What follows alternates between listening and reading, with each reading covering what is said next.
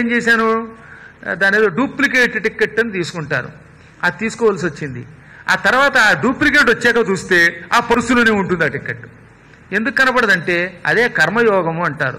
ఇప్పుడు దేవతలు కావాలనే కౌశికీ నది పరీక్షిత్తుకి కనపడకుండా చేశారు. దానివల్ల ఏమైంది, దీనికి నది లేదు పక్కన. ఈయన చూస్తే శమీకుడు సమాధిలో ఉన్నాడు, విపరీతమైన దాహం. అందుకని మంచినీళ్ల కోసం ఈయన అల్లాడిపోతూ శమీక మహర్షి కూర్చుని సమాధిలో ఉన్న స్థలం దగ్గరకు వచ్చాడు. వచ్చి, మహర్షి తమరెవరో తమరి పేరేమిటో నాకు తెలియదు, కానీ ఈ పూట నాకు విపరీతమైన దాహం వేస్తోంది. తోయములు తెమ్ము మాకీ తోయములు వేడుచుంటి తోయము వారు లేరిట. నాకు ఇక్కడ తెలుసున్న వాళ్ళు ఒక్కరు లేరు. తోయము వారు అంటే తెలుసున్న వాళ్ళు స్నేహితులు. ఈ చుట్టుపక్కల మంచినీళ్ళిచ్చి దాహం తీర్చే స్నేహితులు లేరు. నాకా వెర్రి దాహం వేస్తోంది, అందుకే మంచినీళ్ళు అడిగాను. నిన్ను అడగకూడదు, ఎందుకంటే నువ్వు సమాధిలో ఉన్నావు కనుక. జపం చేసుకుంటున్న వాడిని కదపకూడదు, మహాపాపం. నారద పురాణంలో అసలు అలాంటి వాడికి నమస్కారం కూడా చెయ్యొద్దంది. కితవం భిన్న మర్యాదం జపంతం నాభివాదయేత్. మోసగాడికి దండం పెట్టద్దు, మర్యాద తెలియని వాడికి నమస్కరించద్దు, జపంతం జపం చేసుకుంటున్న వాడికి నమస్కరించకు. ఎందుకంటే నువ్వు నమస్కరిస్తే వాడి జపం పాడైపోతుంది కనుక. అందుకే గుళ్ళో ప్రదక్షిణ చేస్తున్నప్పుడు పదే పదే మీరు నమస్కారం అనకండి, నా ప్రదక్షిణ ఆగిపోతోంది, 108 ప్రదక్షిణలు ఆగిపోతున్నాయి. అందువల్ల ఎట్టి పరిస్థితుల్లో జపం చేసుకుంటున్న వాడికి ఆ జపం అయ్యేదాకా నమస్కరించకూడదు. ఇవన్నీ నారద పురాణంలో ఎవరికి నమస్కరించకూడదు అద్భుతంగా చెప్పాడు నారదుల వారు అన్నమాట. వమంతం డోక్కుంటున్న వాడికి నమస్కరించకు. వాడి కర్మగారికి వాడికి వాంతులు అవుతుంటే అప్పుడే వెళ్ళి వాంతి చేసుకుంటున్నారా, నమస్కారం అండి నమస్కారం అండి అంటే మీ మీద కక్కుతాడు. అందుకని వమంతం నాభివాదయేత్. ఇలా శయానం నిద్రపోతున్న వాడికి నమస్కరించకూడదు. నిద్రపోతున్న వాడి శవంతో సమానం, వాడికి దండం పెట్టకూడదు. అందుకే కాబోలు కుర్చీలో కూర్చుని నిద్రపోతున్న వాడికి పక్కవాడి దండం పెట్టడంలా. నిద్రపోతున్న వారికి నమస్కరించకూడదు. ఇవన్నీ శాస్త్ర మర్యాదలు, అవన్నీ నాకు తెలుసు. కానీ నిన్నెందుకు పలకరిస్తున్నాను, నువ్వు జపంలో ఉన్నా సమాధిలో ఉన్నా నా ప్రాణం పోతోంది కనుక. ప్రాణం పోతున్నప్పుడు అపాయం ఉన్నప్పుడు ఈ నియమాలు పక్కన పెట్టచ్చట. అందుకని కుదిపి మరీ అడుగుతున్నాను, మంచినీళ్ళు ఇయ్యి. ఎంత దాహం నా జన్మలో ఎరగను. నీలాంటి పుణ్యాత్ములు ఏం చేస్తారో తెలిసినా, మాలాంటి వాళ్ళు ఇంటికి వస్తే పిలిచి చల్లని మంచినీళ్ళు ఇచ్చి అన్నం పెట్టి ఆదరిస్తారు. నాకు అన్నం అక్కర్లేదు, ఆదరణ అక్కర్లా, మంచినీళ్ళు ఒక్కటి చాలు. పుణ్యాత్మ శమీక ఇంద్రియ నిగ్రహం కలిగిన వాడా విప్రోత్తమ అని బతిమాలాడు. ఎంత పిలిచినా ఆయన కఠోర నియమంలో ఉన్నాడు. పాపం ఆయనకి ఏమీ తెలియదు, బాహ్య ప్రపంచం తెలియకుండా జపంలో సమాధిలో ఉన్నవాడికి ఇతని మాటలు ఏమి వినబడతాయి. ఇతనికి అనుమానం వచ్చింది, వీడు నిజంగా జపం చేస్తున్నాడా, లేకపోతే నాలాంటి వాళ్ళు రోజు రాజులు వచ్చిపోతూ ఉన్నారు కదా వీళ్లతో మాట్లాడడం ఎందుకని అహంకరించాడా, జపం గొప్పదా, ఇంటికి వచ్చిన వాడికి మంచినీళ్ళు ఇచ్చి ప్రాణరక్షణ చెయ్యడం గొప్పదా, ఆ మాత్రం తెలియదా వీడికి అని 2-3 సార్లు కోపగించి మళ్ళీ అడిగాడు. కుదిపాడు, అయినా ఆయన కదల్లా. ఒళ్ళు మండిపోయింది. కన్నులు మూసి బ్రాహ్మణుడు గర్వముతోడుత ఉన్నవాడు చే సన్నలనైన రమ్మనడు, సారజలంబులు తెచ్చి పోయడు, ఏ మన్నననైన చేయడు, సమగ్ర ఫలంబులు పెట్టడు, ఎంత సంపన్నత నొందెనే తన తపశ్చరణ ప్రతిమ ప్రభావముల్. ఈ బ్రాహ్మడి అంత గర్వంతో ఉన్నాడు, కళ్ళు మూసుకుని జపం చేస్తున్నట్టు నటిస్తాడా? అంత గొప్పదా తన జపము? ఇంటికి వచ్చిన వాడిని ఎక్కడో దూరంగా ఉన్నా సరే, ఏమండోయ్ మా ఇంటి ముందు నుంచి వెడుతున్నారా రండి అని చేతితో సైగ చేసి పిలవాలి. అలా పిలిచాడా? దాహంతో చచ్చిపోతున్నావా, ఇదిగో మంచినీళ్లు అని చల్లని తియ్యని నీరు పొయ్యాలి, అవి పోస్తాడా? పొయ్యడు, మన్నించడు. పోని ఇంటి నిండా ఆశ్రమం పక్కనే ఉందిగా, ఆశ్రమంలో బోలెడు పళ్ళు కనపడుతున్నాయిట. దూరం నుంచే ఆశ్రమంలో రకరకాల పళ్ళు, యాపిల్ పళ్ళు, బత్తాయి పళ్ళు, దానిమ్మ పళ్ళు, ఓరి బాబో పళ్ళు కనపడుతున్నాయి. ఈయన దొంగతనం చేయకూడదు కానీ, లేకపోతే ఇంకోటి ఎవడనైతే వీళ్ళు ఆ పళ్ళు తీసుకు తినేయచ్చు. అన్ని పళ్ళు కనపడుతున్నాయి. అటువంటి సమగ్ర ఫలంబులు పెట్టడు, రుచి కలిగిన పళ్ళు పెట్టడు. ఇంత సంపన్నత్వం పొందిందా ఈయన తపస్సు అంటే, తపస్సు బాగా సిద్ధించిందని అహంకరిస్తున్నాడు. ఇది సమాధి ఏమిటి, నాటకం ఇది. నిజంగా సమాధి అయితే ఒకసారి పిలిస్తే పలకరు, 2 సార్లు పిలిస్తే పలకరు. కానీ పట్టి కుదిపితే లేవకుండా ఎవడైనా ఉంటాడా? కట్టెలా బిగుసుకుపోతాడా? నన్ను ఏమాత్రం గౌరవించడా? ఇది సందేహం లేకుండా కపటత్వం అని కొంచెం అనుమానం వచ్చింది. ఈ పీకులాట లాగులాట వచ్చింది. ఇది నిజానికి ఆయన బుద్ధి కాదుగా, నెత్తి మీద ఉన్న కలిపురుషుడు వాడు ఈయన్ని బాగా పట్టి పీడించాడనమాట. దాంతో అటు ఇటు చూసి వీడు దుర్మార్గుడు, మోసగాడు, మంచినీళ్ళు ఇవ్వలేదు అని అంతకంతకీ పెరిగిపోతున్న దాహబాధతో కక్ష పెంచుకుని, నీకు తగిన శాస్తి చేస్తాను, బ్రాహ్మడివి కాబట్టి ఇంకేం అనలేకపోతున్నాను, కానీ నీకేదో ఒక శాస్తి చెయ్యకపోతే నా మనస్సు శాంతించదు అని పక్కకి చూశాడు. ఆ పక్కనే చచ్చిపోయిన పాము ఉంది. ఆ పాముని తన ధనుస్సుతో ఎత్తి, వింటికి చివర కొన ఉంటుందిగా, ఆ కొనతో ఎత్తి ఇదిగో నా మెడలోనే కడువ వేసుకున్నట్టుగా దండ కింద వేసిపోయాడు. అది సత్కారం చేసినట్టు. నిజానికి చచ్చిపోయిన శవాన్ని మెడలో వేస్తే ఒక విప్రుడికి వాడిని చాలా అవమానించినట్టు. ఆ శవం వల్ల వాడి తపస్సు అంతా పాడవుతుంది. తపస్సు పాడయిందంటే వాడిని అవమానించినట్టే కదా.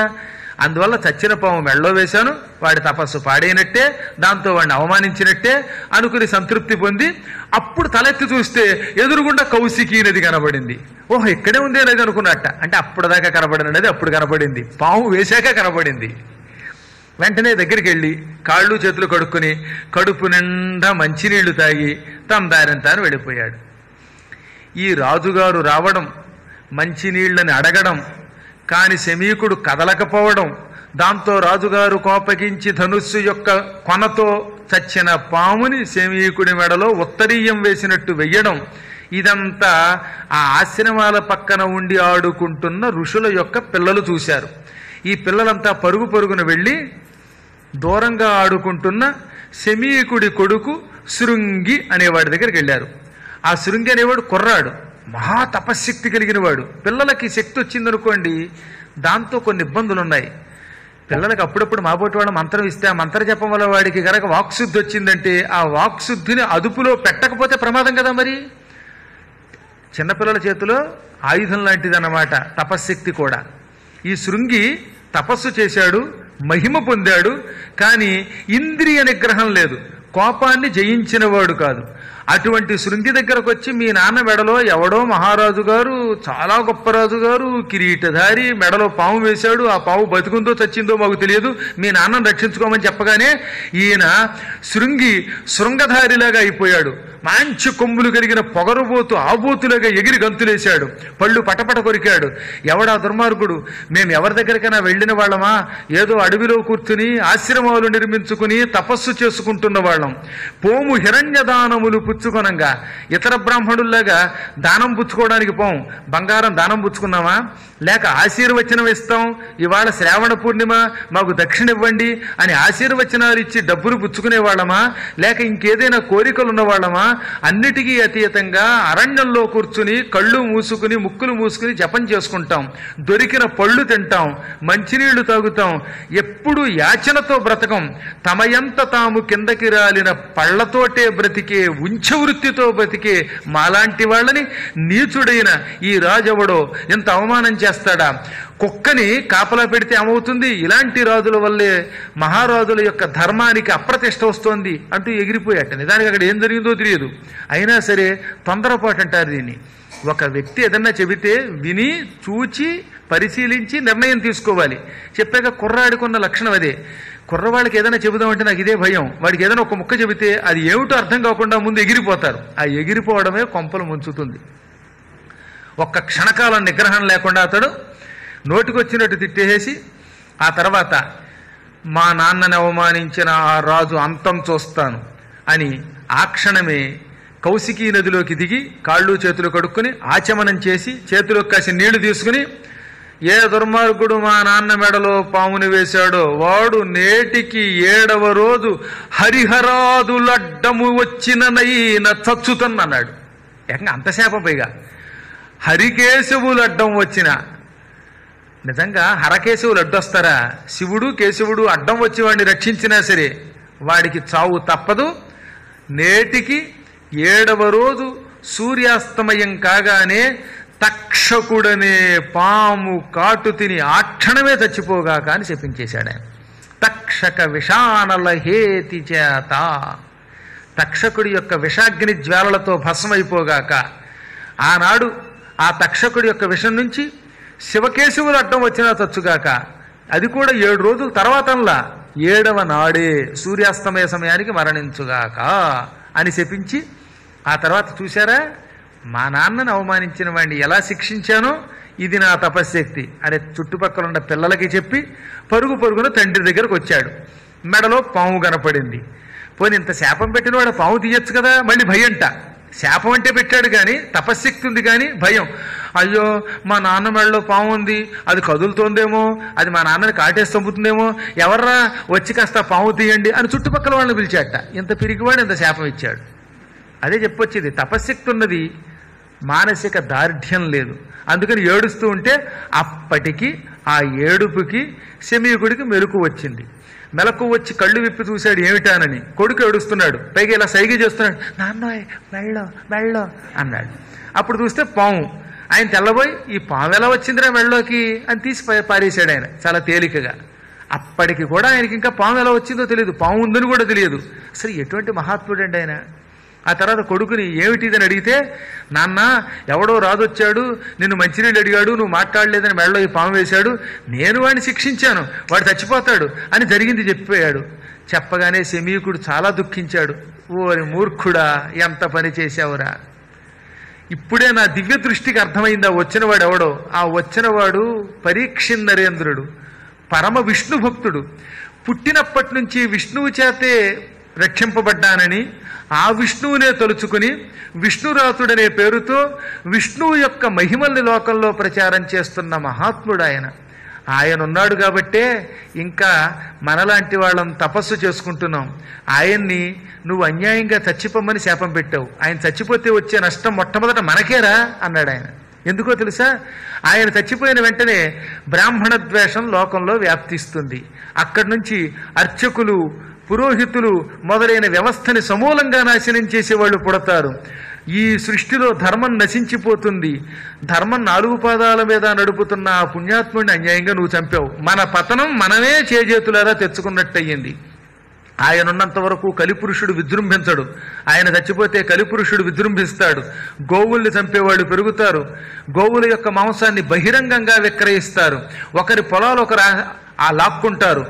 ధనాన్ని ధర్మంగా సంపాదించడం మానేస్తారు. స్త్రీలు పురుషులు అనే తేడా లేకుండా అందరినీ హింసించే వాళ్ళు పెరుగుతారు. ఆడవాళ్ల మీద అత్యాచారాలు పెరుగుతాయి. చంటి పిల్లల్ని చంపేవాళ్ళు పెరుగుతారు. బాంబులేసి చంపేవాళ్ళు పెరుగుతారు. ఉగ్రవాదులు పెరుగుతారు. ధర్మం భ్రష్టమైపోతుంది.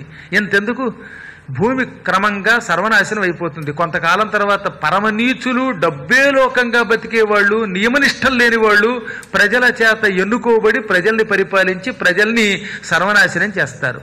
ప్రజల నాశనాన్ని నువ్వు తొందరపడి ఒక్క శాపంతో నిర్ణయించావు. ఎంత పొరపాటు చేశావు అని అంతలోనే మళ్ళీ ఏడ్చి, కృష్ణ పరంధామ కుర్రవాడు, వీడికి జ్ఞానం లేక తొందరపడి శాపం పెట్టాడు, వీడు శాపం పెట్టాడని, అందులో పరీక్షిత్తు లాంటి ధర్మాత్ముడిని శాపం పెట్టాడని నువ్వు మాత్రం వీడి మీద కోపగించకు అని కృష్ణుడిని శరణు కోరేట ఆయన. వాసుదేవ, కృష్ణ తెలియని మూర్ఖుడు చేసిన తప్పుని క్షమించు అని అటుపడ్డాడు. కన్నీళ్లు పెట్టుకున్నాడు. కృష్ణుడి దగ్గర భజన చేశాడు. పదే పదే ఆవేదన పొందాడు. చుట్టుపక్కల వాళ్ళందరినీ పిలిచి, ఈ పిల్లవాడు శాపం పెడుతుంటే మీరైనా వారించారు కాదే అన్నట్ట. మేమేం చేస్తామండి, క్షణాల మీద నిర్ణయం తీసుకున్నాడండి అన్నారు వాళ్ళు. అప్పుడు ఆయన, ఒరే పోనీ ఈ శాపాన్ని వెనక్కి తీసుకోకూడదా, తిప్పకూడదా అన్నాడు. నాన్నగారు చాలా పొరపాటు చేశాను అని నాకు ఇప్పుడు అర్థమవుతోంది. మీ ఆవేదన చూశాక నేను చేసింది పొరపాటు అని అర్థమైంది. కానీ దురదృష్టం ఏమిటంటే నాకు శాపం పెట్టడం వచ్చు కానీ ఉపసంహరించుకోవడం రాదు. నేను వస్తువుని పాడు చేయగలను, బాగు చేయలేను అన్నాడు ఆయన. వస్తువుని పాడు చేయడం ఎవరైనా చేస్తాం. ఆ మధ్యన ఒకడు వచ్చి నా ఫోన్ తీసి సిమ్ కార్డు తీసేశాడు.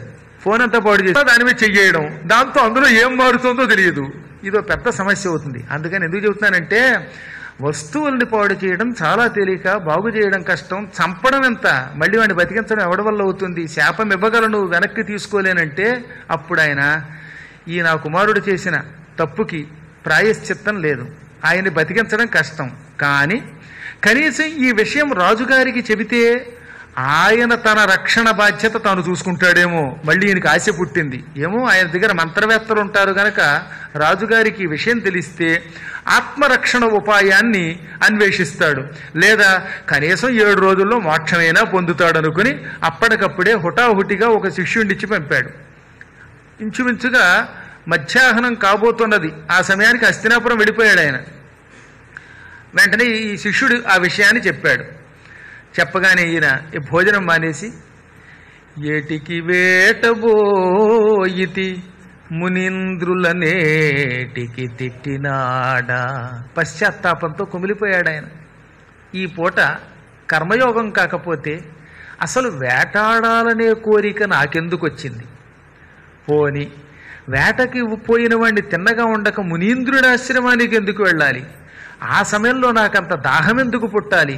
దాహం పుడితే మాత్రం పక్కనున్న చెరువులోనో లేక కాలువలోనో నదిలోనో మంచినీళ్లు తాగిపోక ఆ మునీశ్వరుణ్ణి పట్టుకుని ఎందుకు పీడించాలి? ఏం చుట్టుపక్కల ఇంకా ఆశ్రమాలు ఉన్నాయిగా, అక్కడికి వెళ్ళొచ్చుగా. ఆయన్నే తపస్సులో ఉన్నవాడినే ఎందుకు నేను పరిపరి విధాలుగా ప్రార్థించాలి? పోనీ ప్రార్థించాను. ఆయన కళ్ళు విప్పకపోతే ఇంకో చోటికి పోకుండా ఆయన మీద ద్వేషంతో మెడలో పాము ఎందుకు వెయ్యాలి? పాము వేస్తే ఆయన కొడుకు ఊరుకుంటాడా? తండ్రికి ఏదైనా అన్యాయం జరిగితే కొడుకులు క్షమిస్తారా? నాకు తగిన శాస్తి అయ్యింది. నా దగ్గర శక్తి ఉంది. నేను తలుచుకుంటే ఆ శృంగిని ఇప్పుడే శపించి నాశనం చేయగలను. కానీ ఇప్పటికే ఓ పొరపాటు చేసిన నేను ఇంకో పొరపాటు ఎందుకు చేస్తాననుకున్నాడు. నిజంగా పరీక్షిత్తు తలుచుకుని ఇంకో శాపం పెడితే శృంగి భస్మం అయిపోతాట. కానీ భాగవతోత్తములు అలాంటి పని చెయ్యరు. నా పొరపాటుకి శిక్ష అనుభవిస్తున్నాను, ఇంకొకరిని శిక్షించకూడదు, అందులో అటువంటి మహాత్ముల జోలికి అసలు వెళ్ళకూడదు అనుకున్నాడు. ఇప్పుడు ఏం చెయ్యాలి? కాలం దురతిక్రమం, భయంకరం. ఇటువంటి కాలమును నమ్ముకుని ఇంకా రాజ్యంలో ఉండకూడదు. ఈ క్షణమే ఏదో ఒక నిర్ణయం తీసుకుందాం అనుకున్నాడు. వెంటనే జనమేజయ మహారాజుని, తన కొడుకుని, చిన్నవాడిని పిలిచాడు. చాలా కుర్రాడు అప్పటికైనా. ఆ కుర్రవాడిని పిలిచి, నాయనా నువ్వు అందరిలోకి పెద్దవాడివి, నా 9 కొడుకుల్లోకి హస్తినాపుర సింహాసనాన్ని నువ్వే పరిపాలించు, ధర్మం తప్పకు, విప్రుల జోలికి వెళ్లకు, గోవుల జోలికి వెళ్ళకని చెప్పి హెచ్చరించి కిరీటం నెత్తి మీద పెట్టి గొప్ప ధనరాశిని తెప్పించి, ఆ ధనరాశిని ఇవన్నీ కేవలం క్షణాలలో చేశాడు ఆయన. ఎక్కువ సమయం తీసుకోలేదు. దాన ధర్మాలు చేశాడు. మహానుభావులైన ఋషులకి, బ్రాహ్మణోత్తములకి, పేదవారికి, కుక్కలకి అందరికీ అన్నదానం చేశాడు. ఆ తర్వాత అన్నిటినీ త్యజించి, భార్యను కూడా త్యజించి, కొంతమంది పరివారాన్ని వెంట పెట్టుకుని నారవస్త్రాలు ధరించి హుటాహుటిన ఒక్క ఘడియ కాలంలో గంగా నదీ తీరానికి వెళ్ళిపోయాడు. ఢిల్లీ నుంచి డైరెక్ట్గా వెడితే అరగంటలో వెళ్ళిపోవచ్చు. అలా కాకుండా ఇప్పుడు వేసిన రూట్లో వెడితే ఆయన వెళ్ళిన గంగా తీరం దానికి సుఖస్థలము అని పేరు. ఇప్పుడంతా ట్రాఫిక్లు, డొంక రూట్లు కదా. ఇప్పుడు ఇంచుమించుకో 2 గంటలు పడుతుంది. కారులో వెడితే ఢిల్లీ నుంచి 2 గంటల్లో పరీక్షిత్తు భాగవతం విన్న స్థలానికి వెళ్ళొచ్చు. అది గంగా నదీ తీరం. హరిద్వార్ వెళ్లే రూట్లో మధ్యలో మిర్జాపూర్ డిస్ట్రిక్ట్ ఒకటి ఉంటుంది, ఆ రూట్లోకి వెళ్ళాలన్నమాట. మేము అక్కడ సుఖస్థలంలో 2006 సంవత్సరంలో భాగవత్ సప్తాహం చేశాం. చాలా ప్రశాంతమైన మర్రి చెట్లతోటి, రావి చెట్లతో కూడిన స్థలం. అక్కడ గంగానదో పక్కన ప్రవహిస్తూ ఉంటుంది. అక్కడ 7 రోజులు పురాణం చెబుతూ ఉంటే ఏదో తెలియని ప్రశాంతత అండి అక్కడ. అక్కడికి ఈ పరీక్షిత్ వెళ్ళిపోయాడు. గంగానదీ తీరంలో మరణించినా చాలు, అక్కడ కాసేపు కూర్చున్నా చాలు, ఇంకెక్కడున్నా మోక్షం రాదు. కానీ గంగానదీ తీరంలో ఉంటే మాత్రం గంగలో మరణించిన వాడికి మోక్షం వస్తుందని శాస్త్రాలు చెప్పాయి కనుక అక్కడికి వెళ్ళిపోయాడు ఆయన కొంచెం పరివారంతో. తులసీ సంయుత దైత్యజిత్ పదరజస్తోమంబు కంటెన్ మహోజ్వలమై దిక్పతి సంఘ సంయుత జగత్ సౌభాగ్య సంధాయి కలి దోషావలి నెల్లబాపు, కలి దోషావలి నెల్లబాపు దివిషద్గంగా ప్రవాహంబు లోపలికింబోయి మరిష్యమానుడగుచు ప్రాయోపవేశంబునల్.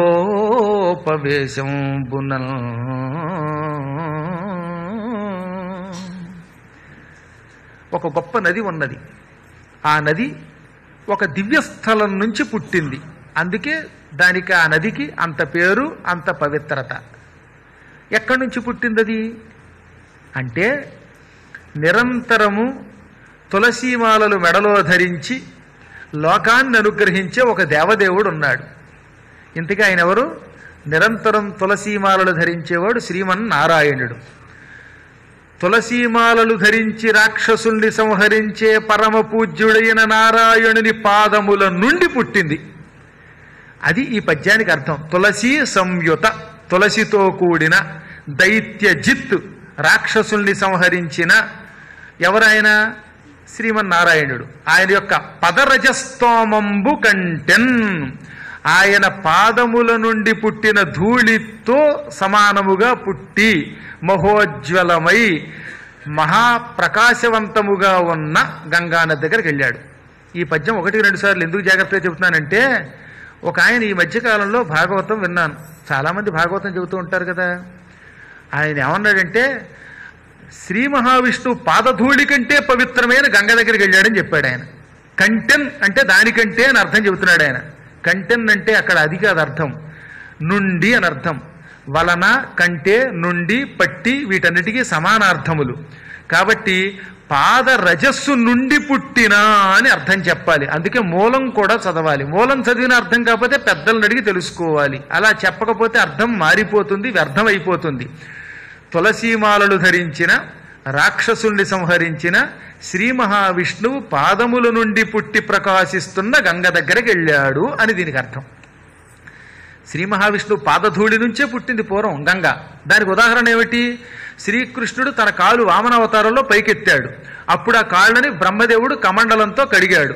అప్పుడు అది గంగ అనే పేరుతో భూమికి ప్రవహించినట్టుగా మనం భవిష్యత్తులో వామనావతార ఘట్టంలో చెప్పుకుంటాం. కాబట్టి ఇక్కడ కంటెన్ అంటే ఆ పాద రజము నుండి పుట్టిన అని అర్థం చెప్పాలన్నమాట. అంతేగాని దానికంటే ఇది ఎక్కువ ప్రకాశిస్తోందని కాదు, విష్ణువు పాదాల కంటే బాగా ప్రకాశిస్తోందని అర్థం చెప్పాడు. అందుకని కొంచెం జాగ్రత్తగా దీని అర్థం తెలుసుకోవాలి. ఇంతకీ శ్రీ మహావిష్ణువు పాదముల నుండి పుట్టినటువంటి గంగానదీ తీరం దగ్గరికి వెళ్ళాడు ఎవరు? పరీక్షిత్తు. ఆ గంగానది ఎటువంటిది?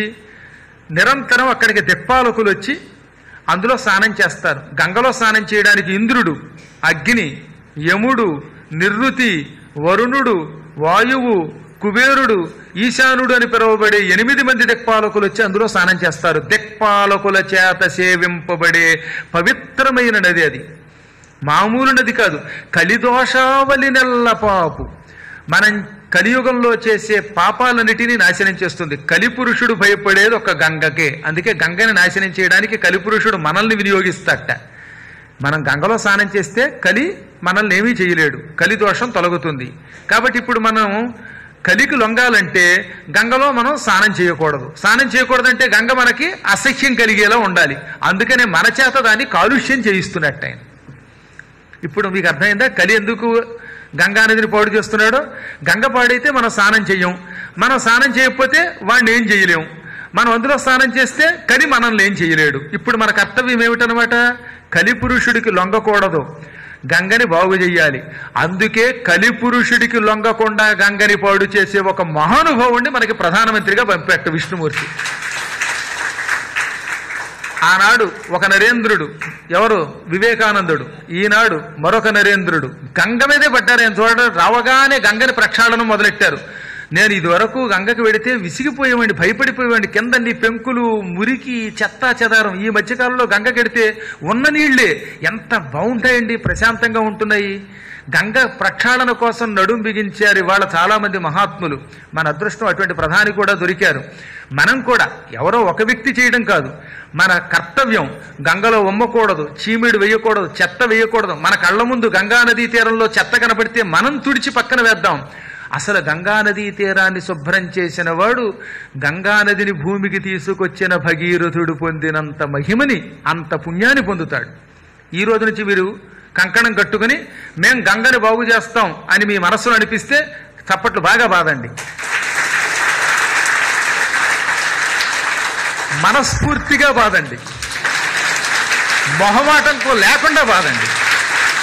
ఎందుకు చెబుతున్నాను అంటే, గంగ యొక్క లక్షణం, గంగలో స్నానం చేసిన వాడికి కలి దోషమంతా పోతుంది. అందుకల్లా ప్రత్యేకంగా ఈ పద్యంలో కలిదోషావలి నెల్లబాపు దివిషద్గంగా ప్రవాహంబు లోపలికింపోయి కలిదోషాన్ని తొలగించి ఆకాశగంగా ప్రవాహం మధ్యలోకి వెళ్ళాడు. ఎందుకంటే మధ్యలో కొంత ఇసుక తిన్నె ఉన్నది. అక్కడ ఒక ఒంటి స్తంభం మేడ కట్టుకుని అక్కడే కూర్చున్నాడు ఆ ఇసుక తిన్నెలో. మరిష్యమానుడగుతున్, ఇంకా చావు కోసం ఎదురు చూస్తున్నాడు. మరిష్యమానుడు అంటే చావడానికి సిద్ధపడినవాడు.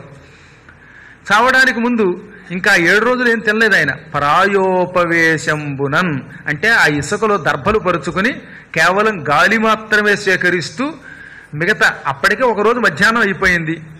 7వ రోజు కూడా పూర్తిగా ఉంటుందో లేదో తెలియదు. కాబట్టి కాలం దగ్గరకు వచ్చింది. ఉన్న కాలం సద్వినియోగం అవ్వాలి. అందుకని ఆహారం స్వీకరించకుండా కేవలం తులసి తీర్థమే స్వీకరిస్తూ కూర్చున్నాడు. ఈ మహానుభావుడు ఇంతటి పరీక్షిత్తు, విష్ణువు చేత రక్షింపబడిన విష్ణురాతుడు, పరమ భాగవతోత్తముడు శరీరం విడిచిపెడుతున్నాడని తెలిసింది. తెలియగానే ఎక్కడెక్కడి ఋషులు వచ్చారు. మహానుభావులు గనక నదీ తీరానికి వెళితే వాళ్లతో పాటు ఇంకా అంతకంటే గొప్పవాళ్ళు కూడా వస్తారు. ఎంత గొప్పవాళ్ళు వచ్చారో తెలుసా? నేను చెప్పిన మాట కాదు, భాగవతంలో వ్యాసుల వారు చెప్పారు, తెలుగులో పోతన గారు చెప్పారు.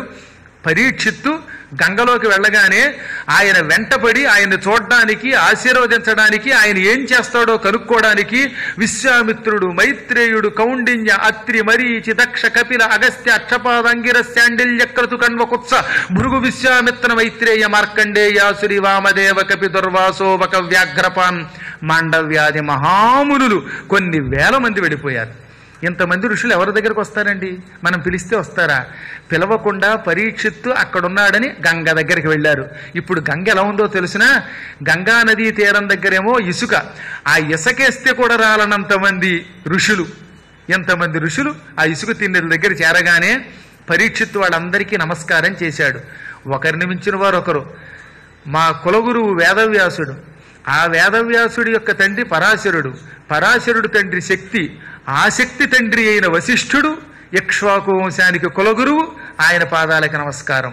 ఈ విశ్వామిత్రుడు ఆ వశిష్ఠునితో విరోధించి బ్రహ్మర్షి అయ్యాడు, ఈయనకి నమస్కారం. దత్తాత్రేయుడు తండ్రి అత్రి మహర్షికి నమస్కారం. అత్రి కూడా వచ్చాడని రాశారు. మీరు చూడండి ఈసారి భాగవతం ఇంటికి వెళ్ళగానే ఇటువంటి వాళ్ళు వచ్చారు. మీరంతా నన్ను తరింపజేయడానికి వచ్చారు.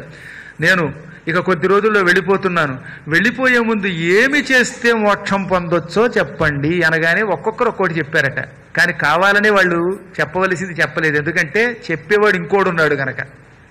అందుకే ఎవరొచ్చినా నారాయణ అనుకోని ఒకడన్నాడు, శివశివానమని ఒకడన్నాడు, అభిషేకం చేయమని ఒకడన్నాడు, దానం చేయమని ఒకడన్నాడు, అన్నీ మానేసి కళ్ళు మూసుకు జపం చేయమన్నాడు ఒకడు, శ్వాస మీద ధ్యాస చాలన్నాడు ఇంకో బట్టతలైన. ఇలా ఎవరి దారిని వాళ్ళు ఒక్కొక్కడు చెప్పుకొచ్చారు. వాళ్ళకి తోచిన వాడు చెప్పారు. అన్నీ విని కూడా ఆయనకి ఇంకా సంతృప్తి కలగలేదు. ఏం చేయాలో తెలియటం లేదు గనక సరిగ్గా ఆ సమయానికి పరమ భాగవతోత్తముడు అక్కడికి వేయించేశాడు. ఆయనను చూచిన వాళ్ళల్లా పిచ్చివాడు అనుకుంటారు కొందరు, మరికొంతమంది మహాత్ముడు అంటారు. ఎప్పుడు చూచినా 16 సంవత్సరాల వయస్సే ఉంటుంది ఆయనకి. వస్త్రము లేకుండా దిగంబరుడుగా తిరుగుతాడు. ఆ మహాత్ముడి యొక్క పవిత్రతను చూచి మోక్షకాంత వరిస్తుంది. ఇక అన్యకాంతలు వరించడం పెద్ద గొప్ప ఏమిటి అన్నారు భాగవతంలో. అటువంటి మహాత్ముడు ఎక్కడికి వెళితే అక్కడ ఆ ప్రదేశం అంతా తీర్థయాత్రగా మారిపోతుంది. అటువంటి మహాత్ముడు వేదవ్యాసుని గారాల పట్టి అవధూత సుఖయోగీంద్రుడు అక్కడికి అడుగు పెట్టాడు. ఆయన ఇలా పక్కకు చూస్తుంటే కలిపురుషుడు దూరంగా వెళ్ళిపోతాడు. ఆయన ప్రేమగా ఎవరికేసినా చూస్తే అవతల వాడికి ఆ క్షణమే మోక్షం వస్తుంది. ఆయన చెయ్యెత్తాడంటే ఆ చేతి నుంచి ప్రసరించే కిరణముల సమూహంతో దోషాలన్నీ తొలగిపోతాయి. ఆయన ఎక్కడా ఒక్క క్షణం కూడా ఉండడు. సాధారణంగా ఎక్కడైనా ఎక్కువసేపు ఉన్నాడు అంటే అది ఎంతసేపో తెలుసా?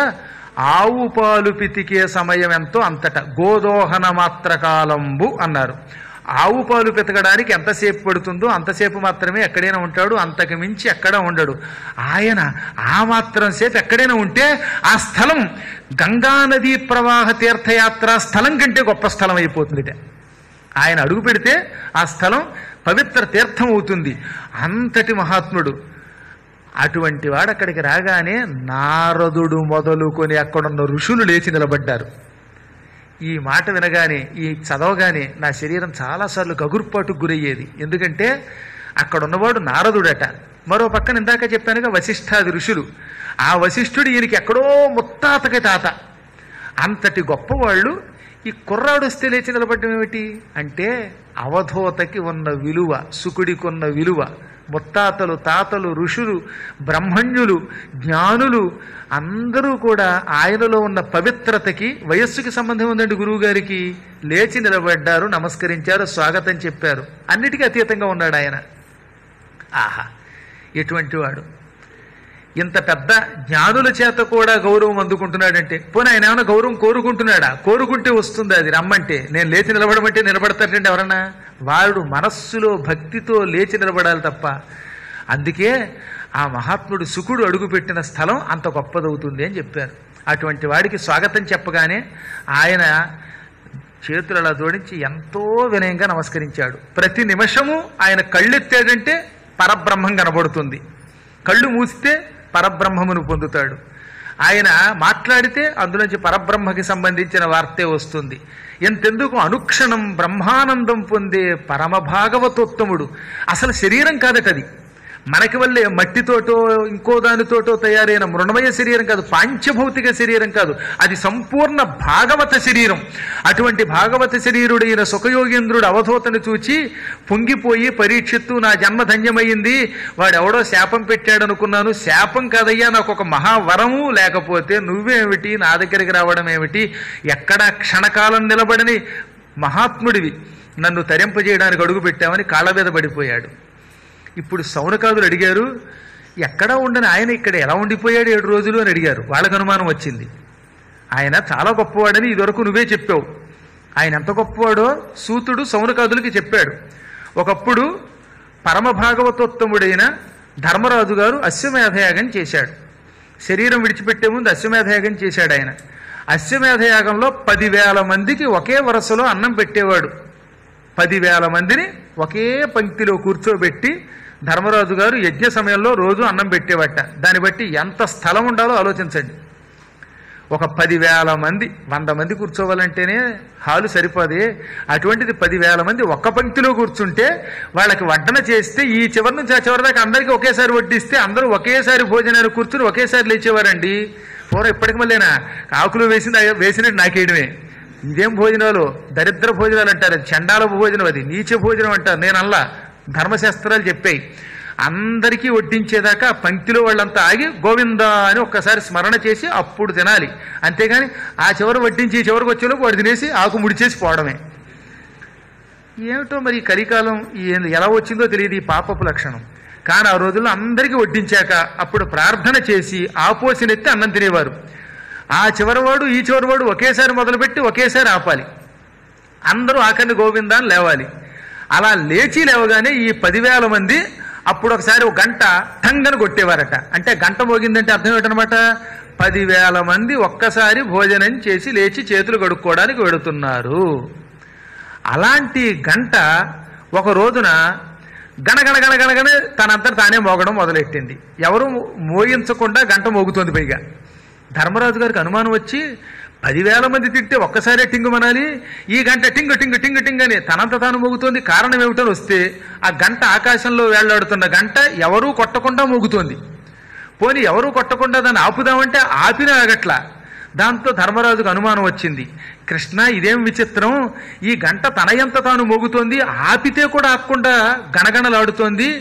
10,000 మంది భోంచేస్తే మాత్రమే కదా ఈ గంట మోగాలి, మరి ఎందుకు మోగుతోందంటే అప్పుడు కృష్ణుడు పకపక నవ్వి, కొన్ని కోట్ల మంది మహానుభావులు ఇక్కడ భోంచేశారు, అందుకే గంట మోగుతోందన్నట్ట. ఈయనకి మతిపోయింది. అంతమంది ఎక్కడ తిన్నారయ్యా, తిన్నది 10,000 మందే కదా అన్నాడు ఆయన. నీ కంటికి కనపడర్లే, ఇలా రా అని కృష్ణుడు ధర్మరాజుని తీసుకొచ్చాడు ఓ చోటకి. అక్కడ అన్నం వండి గంజి వారుస్తున్నారు వంటవాళ్ళు. గంజి వార్చడానికి వాళ్ళు ఏం చేశారు, పెద్ద గొయ్యి ఒకటి తవ్వి ఆ గొయ్యి మీద వెదురు కర్రలు పెట్టి ఆ వెదురు కర్రల మీద గంప పెట్టి అన్నం దాని మీద పోసేవారట. పోస్తే ఏమవుతుంది, ఇప్పుడు ఈ వెదురు గంప మీద అన్నం పడిపోయి గంజి కింద గుంటలోకి వెళ్ళిపోతుంది, పై అన్నమేమో వేరే గంగాళాల్లోకి తీసేవారు. అలా పూర్వం గంజి వార్చేవారు. పూర్వం గంజి వార్చడం ఒకటి ఉండేదిలేండి, కుక్కర్లు కుయ్యి అంటే తీసేవారు కాదు. ఇప్పుడు ఆ గంజి గుంటలో పడిందిట. ఆ గుంటలోకి ఒక పురుషుడు వచ్చాడు, ఆయనకి 16 ఏళ్ళు ఉంటాయి. ఆ గంజి గుంట దగ్గరకు వచ్చి ఆ వేడి గంజి ఒక గుప్పెడు తీసుకుని ఇలా తాగేట. ఆయన గుప్పెడు గంజి తాగితే ఈ గంటలా మోగుతోంది. ఇప్పుడు అర్థమైందా, ఆయనే సుఖయోగీంద్రుడు. ధర్మరాజు పెట్టిన అన్నం కూడా తినలేదు. ఆ అన్నం పెట్టడం కోసం గంజి వారిస్తే ఆ గంజిలో ఒక్క గుప్పెడు ఆయన తగితే ఆ గుప్పెడుకి ఈ గంట ఎంత మోగింది. అంటే అర్థం ఏమిటనమాట, ఆయనొక్కడు ఎంత గుప్పెడు గంజి తాగితే కొన్ని కోట్ల మంది అన్నం తిన్న పుణ్యం వచ్చింది ధర్మరాజుకి. అందుకే కొన్ని కోట్ల మంది, లెక్కలేనంత మంది అన్నం తింటే వచ్చి మోగేటటువంటి గంట మోగినట్టు మోగిందనమాట అది. ఆ గంట మోగిందంటే అన్ని కోట్ల మంది తిన్నట్టే. తిన్నది ఒక్కడే. ఒక్కడికి అన్నం పెడితే అంతమందికి అన్నం పెట్టిన పుణ్యం వచ్చింది. పోనీ అన్నం కూడా కదా, గంజి. అది ఆయన మహిమ. అటువంటి మహానుభావుడు అసలు ఎక్కడికి వెళ్ళడు. ఏదో అతి కష్టం మీద ఆనాడు హస్తినాపురానికి వెళ్ళి ధర్మరాజు గారిని అనుగ్రహించాడు. ఇంతకీ ధర్మరాజుని ఎందుకు అనుగ్రహించాడు అంటే ధర్మరాజు గారి ధర్మం. ధర్మరాజు ధర్మానికి మెచ్చుకుని కృష్ణుడు వచ్చాడు. కృష్ణుడు ఉన్నప్పుడు ధర్మరాజును అనుగ్రహిద్దాం, ఆ అన్నం నేను తిందాం. కృష్ణుడి యొక్క స్పర్శకి దృష్టికి నోచుకున్న అన్నం తింటే నేను తరిస్తాను, నా అన్నం తినడం వల్ల, నేను అన్నం తినడం వల్ల ధర్మరాజు తరిస్తాడని ఉపకారం చేయడానికి వచ్చాడు శుకుడు. అటువంటి శుకుడు 7 రోజులు ఎలా ఉండగలిగాడు గంగానదీ తీరంలో? అసలు పరీక్షిత్తుకి ఏం చెప్పాడు? ఆ విశేషాలన్నీ వివరించమని సౌనకాదులు అడిగారు. అప్పుడు చెప్పాడు ఆయన, మీరే చెప్పారు కదా నా కథని, పరమ భాగవతోత్తముడు ఆయన, అవ్యాజ కరుణామూర్తి, ఏ సాంగత్యం లేనివాడు, తండ్రిని తల్లిని అన్నిటినీ విడిచిపెట్టి తపస్సు చేసుకున్న అవధూత, ప్రపంచంలో ప్రతి ప్రాణిలో పరమాత్మని చూసేవాడు. అటువంటి సుగుడు కేవలము పరీక్షిత్తు యొక్క వైరాగ్యం, అతనికి భాగవతం వినాలనే కోరిక ఉందని తెలుసుకుని, పరీక్షిత్తు భాగవతోత్తముడని తెలుసుకుని అతనికి పురాణం చెప్పడానికి అక్కడికి వచ్చాడు. చూసినట్టుగా పౌరాణికుల్ని ఇంకోడెవడో చూశాడంటే నేను ఒప్పుకోను. అంత స్టేట్మెంట్ నేను ఇచ్చానంటే ఆలోచించండి. కానీ అయినా కేవలం ఎంత భక్తితో చూసినా భోజనము కోసం మరో భోగం కోసం ఉంటారు కదా. భాగవతం యొక్క మహిమ అటువంటిది, భాగవతం అటువంటిది. ఆయన ఎందుకు చెప్పాడంటే, ధీరులు నిరపేక్షులు ఆత్మారాములు నైనమునులు హరిభజనము నిష్కారణమ చేయుచుందురు నారాయణుడట్టివాడు నవ్య చరిత్ర. ఏ కోరిక లేని జ్ఞానులు, ఏ అపేక్ష లేని వాళ్ళు నారాయణ చరిత్ర ఎందుకు వింటారు, నారాయణ స్మరణ ఎందుకు చేస్తారు? ఆత్మలో తమంత తాము సాధన చేసి బ్రహ్మానందం పొందేవాళ్ళు ఎందుకు హరిభజన చేస్తారంటే, హరిభజనలో అంత మహిమ ఉన్నది కనుక. నారాయణ భజన చేసేవాడికి కోరికలుండవు, జ్ఞానం పెరుగుతుంది, ఆత్మానందం పెరుగుతుంది. నారాయణ స్మరణ, నారాయణ కథ అటువంటివి. అందుకే శుకుడు కూడా నారాయణుడు వెంటపడ్డాడు, అన్నిటికీ అతీతుడై కూడా.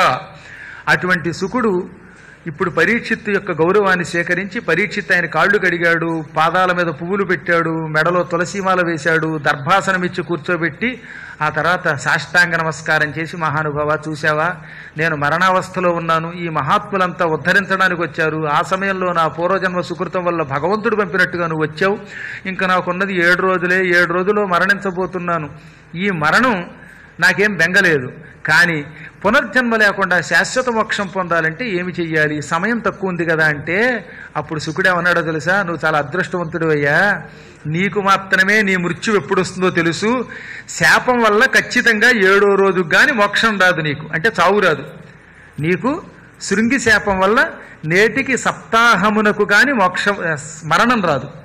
కానీ ఇక్కడున్న జనాల్లో ఎవరికైనా తెలిసేమో అడుగు, వాళ్ళకి ఏ క్షణంలో మృత్యు వస్తుందో. మనం కూడా ఆలోచిద్దాం ఒకసారి.